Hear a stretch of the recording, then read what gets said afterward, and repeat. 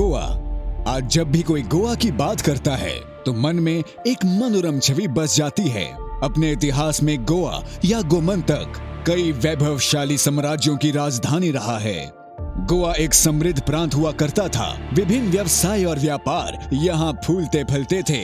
1510 में पुर्तगालियों ने गोवा में कदम रखा और एक एक करके कुछ हिस्से अपने अधीन कर लिए।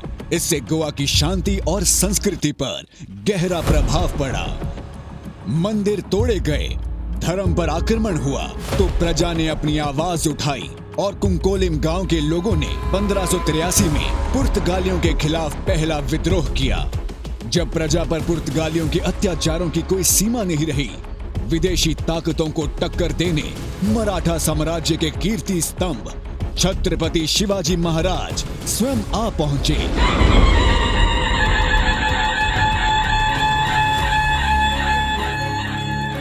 छत्रपति शिवाजी महाराज और छत्रपति संभाजी महाराज की वीरता और युद्ध कौशल ने पुर्तगालियों के फैलते साम्राज्य को गोवा में न सिर्फ सीमित रखा और सांत एस्तर फोर्ट और मुरगांव जैसे कई विशेष किले और गढ़ भी अपने अधीन कर लिए। ऐसी शौर्य और कुशलता उनके वंशजों ने भी दिखाई और पुर्तगालियों को सदैव चुनौती देते रहे। पिंटो क्रांति, राणे विद्रोह और भी कई प्रयास होते रहे जिन्होंने सदा ही पुर्तगालियों को अशांत ही रखा। 1928 में गोवा राष्ट्रीयता के जनक टीबी कुन्हा ने गोवा कांग्रेस कमेटी की स्थापना कर गोवा स्वतंत्रता के लिए सत्याग्रह का मार्ग खोला। पुर्तगाली प्रधानमंत्री साल्जार ने अपने निर्देशों एक्टो कॉलोनियल से गोवा की प्रजा की हर आजादी दबा रखी थी। बिना पुर्तगालियों की मंजूरी के कोई भी कार्य करना दंडनीय अपराध था। ऐसे हालात में डॉक्टर राम मनोहर लोहिया ने 18 जून 1946 को मडगांव अखाड़े लोहिया मैदान में हजारों की संख्या में आए लोगों को संबोधित करने ही लगे थे कि पुलिस ने उन्हें गिरफ्तार कर लिया। लेकिन यही उनकी सबसे बड़ी भूल बनी। इस गिरफ्तारी ने सुलगती चिंगारी को ऐसी हवा दी जिसने पूरे गोवा में आजादी की ललक जला डाली। जहां कई लोगों ने अहिंसा और सत्याग्रह का रास्ता चुना, वहीं आजाद गोमंतक दल के प्रभाकर सिनारी, विश्वनाथ लवंदे, प्रभाकर वैद्य, कुष्टोबा देसाई, बाड़ा राया मापारी जैसे युवाओं ने क्रांतिकारी मार्ग चुना। पुर्तगाली फौज पुलिस थानों, बैंकों और कारखानों को अपना निशाना बनाया, जिससे पुर्तगालियों को नुकसान तो हुआ ही, साथ ही उनका बल भी क्षीण होता रहा।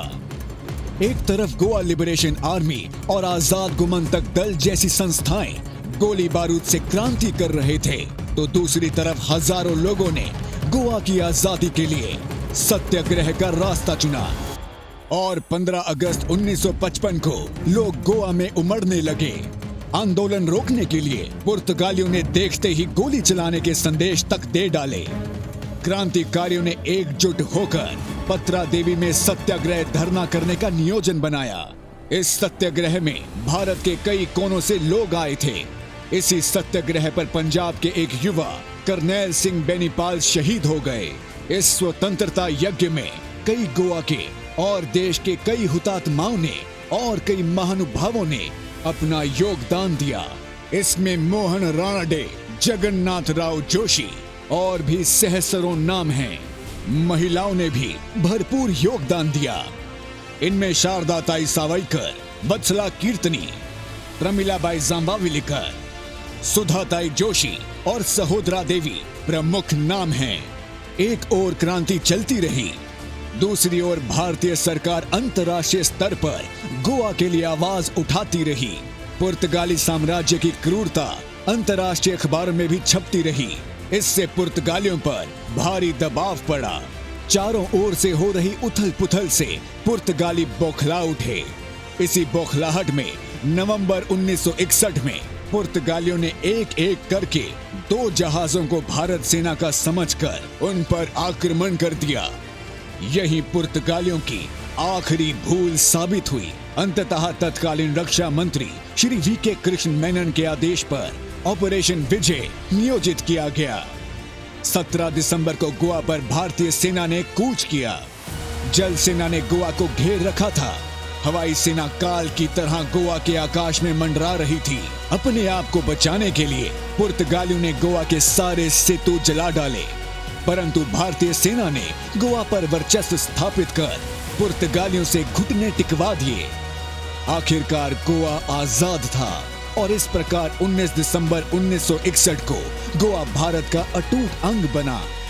धन्य है भारत और गोवा के स्वतंत्रता सेनानी, धन्य हैं भारत के सैनिक। आज इनके ही शौर्य का फल है जो गोवा के स्वच्छंद वातावरण में लोग अपने जीवन का आनंद ले सकते हैं। जय हिंद, जय गोवा।